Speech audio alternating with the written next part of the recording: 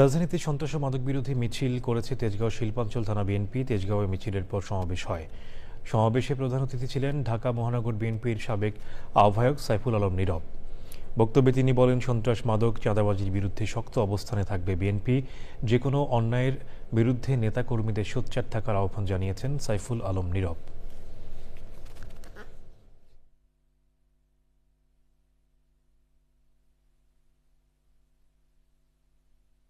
মাদকের ব্যাপারে বিএনপি সরকার জিরো টলারেন্সের কথা ঘোষণা করেছেন।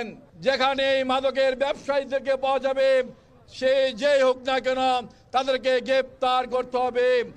এবং কিছু কিছু চক্রান্তকারী আজকে বিএনপি সরকারের বিরুদ্ধে, আজকে তারেক রহমানের বিরুদ্ধে যে চক্রান্ত করছে, ষড়যন্ত্র করছে, আমরা সবাই ঐক্যবদ্ধভাবে সকল চক্রান্ত ষড়যন্ত্রকে মোকাবিলা করে এদেশকে